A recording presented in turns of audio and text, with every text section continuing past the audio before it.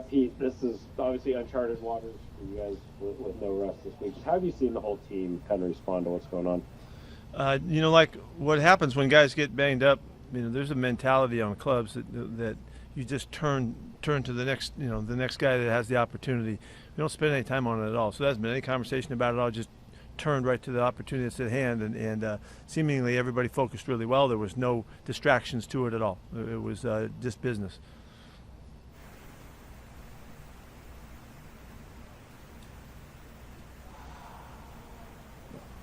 Dave, are you doing this?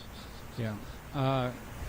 Greg, is that from your home bedroom, like where you grew up, or? It's in my home living room where I grew up in Ohio. Yeah, thanks for asking. Pete, what do you realistically expect out of Geno Smith? Is it really seamless because you know him so well, or what is a realistic expectation of his performance Sunday night? What's real is that he's gonna have command of what we're doing. He's going to be poised about it. He's capable of doing everything that we're asking of him. We're not going to make anything, any requests of him that he can't deal with or hasn't dealt with in the past. So, I'm hoping that he'll feel really comfortable in the game because he looks great in practice and everything's gone well. And I hope he feels comfortable in the game and just functions like he always does. And so if he does that, then he gives us a really good chance. Corbin?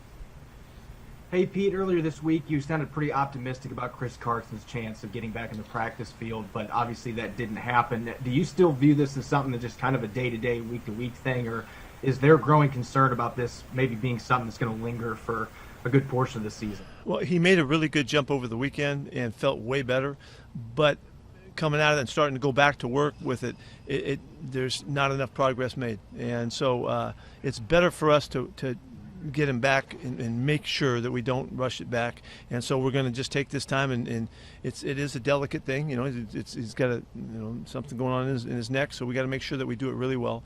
And so we're going to take care of him. And this just seems like the right decision. The jump that he made was in his relief, and he felt way better and all of that, but not ready to play yet. Curtis? Yeah, Pete, when Rashad's scheduled to come back here, is he going to be rip-raring to go as far as you can find a couple weeks out? But everything on track for him at this point? Yeah, Curtis, really, I was with him yesterday as he's finishing his workout and stressing exactly that's the goal, that this week he needs to be ready to play football, and then next week it's icing on the cake for us. He's going to be ready to go, barring any setbacks, and he's really hungry to play and help us.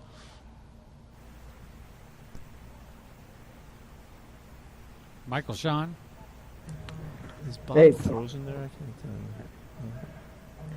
you. Hey, can you guys Pete, can you hear me? Yeah. Everybody? Yeah. I know you get guys, young guys in the draft, and then you have all summer with them in training camp, preseason, and everything. But how much more learning do you have to do about how your guys need to be coached and handled once the regular season starts and it's like you're in game mode every week? Yeah, you never can cover everything that comes up in where they or they wouldn't be young guys and rookies and make those kinds of mistakes and stuff.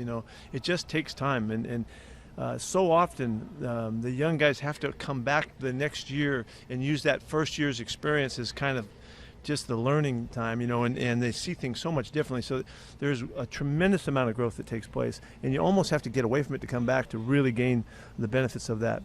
But so that's why we try to judiciously play the guys and not overdo it and expose them to too much as they grow, and they'll always learn this stuff, but it might not be at the time frame that that's necessary for the demands of the play that are coming at them. So we'll just try to protect them when we can, and then you got to cut them loose, and you just got to play that game with them and kind of give and take.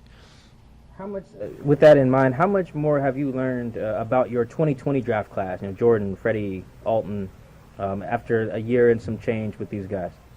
Yeah, those guys are all players. They're all contributors. They're all factors on our team, and they're positive factors and guys that we already feel comfortable with, like they are veteran guys on the team. They don't feel like brand new guys. Now, in the case of Daryl, when he didn't get to play, he was around, but he didn't get to play, and he is a rookie right now, and he's playing through that and learning. He's got some benefits, but still he's trying to catch up as fast as we can. We're going to continue to play him more and all that, and that's just the case. You know, sometimes the guy's so talented, you got to push him out there and then work your way through the issues. You know, so.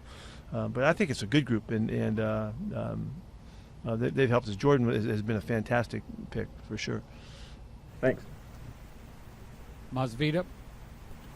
Hey, Pete, I'm just wondering the importance or the challenge of playing a veteran quarterback like Roethlisberger, and how much patience the defense has to have in terms of being disciplined and patience. Yeah. The big issue with playing Ben is his ability to create after the normal play, not in the classical move around scramble thing, but in his subtle movements, his ability to kind of shed off the rush and let it kind of be hanging around him, and he's okay with that. And the plays that come after that, that's the difficult deal about playing Ben. And I mean, he's got the throws and all of that, but it's his ability to make the second chance play come to life differently than Lamar Jackson does. It's a totally different type of potential to the play. And Ben still can drop the ball in a freaking dime, up the sidelines, down the middle, whenever he has to. And guys literally can be pulling on him while he's doing it. So that's an unusual part. He's hard to sack as well. He's hard to get down because he's so strong. You know, so he presents some different issues that are really unique to him. Bob Condotta, Seattle Times. I think Bob's frozen there. Either that, or he's really, really feeling comfortable right now. He looks frozen. Nice talking to you, Bob. We better go to the next guy.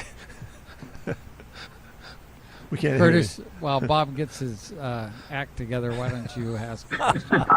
You never look better, Bob. Yeah, Pete, are you going to put Russell on IR here since he's going to miss a handful of weeks? Is that something you're going to do here? That's what's coming up, yeah. And one more quick one. Is Trey Brown ready to go for you, and what did you see from him in practice? Good week. He had a really good, solid week. Last week, again, I've said to you guys that wasn't a really proving week, but he made it through, and he came back and had a nice week this week, and so he's ready to play and can play in the game. Bob, are you ready yet? There you go. You're back. Yeah, is it good now? Yeah. Is it good now? Hey, Russell, obviously, you're keeping him on the active roster. Is that sort of the plan? And then what, I guess, in practice, sort of what does he add by being able to be in practice with you guys? Yeah, well, we're going to make those calls here after 1 o'clock today. How that works out, but we're planning that he's going on IR. I don't mind telling you. Okay. It was worth the wait, Bob. Yeah. Tim? Pete, is there enough concern with Chris that he might need to go on IR and have an extended period of time out to get fully healthy? Yeah, we're looking at that.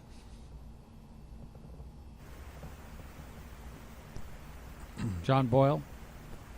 Yeah, to follow up on Curtis's question about Trey Brown, we've talked a lot about him in that competition at corner, but what can he add on special teams? I know that was something he did a lot of in college. Yeah, he is a good teams guy, and so he'll pick up some duties here this week. He's already has, he's part of it. He plays real hard, and he's a physical guy, and he runs fast enough to be a big factor. So he has been good, and we expect him to really grow and become part of this thing.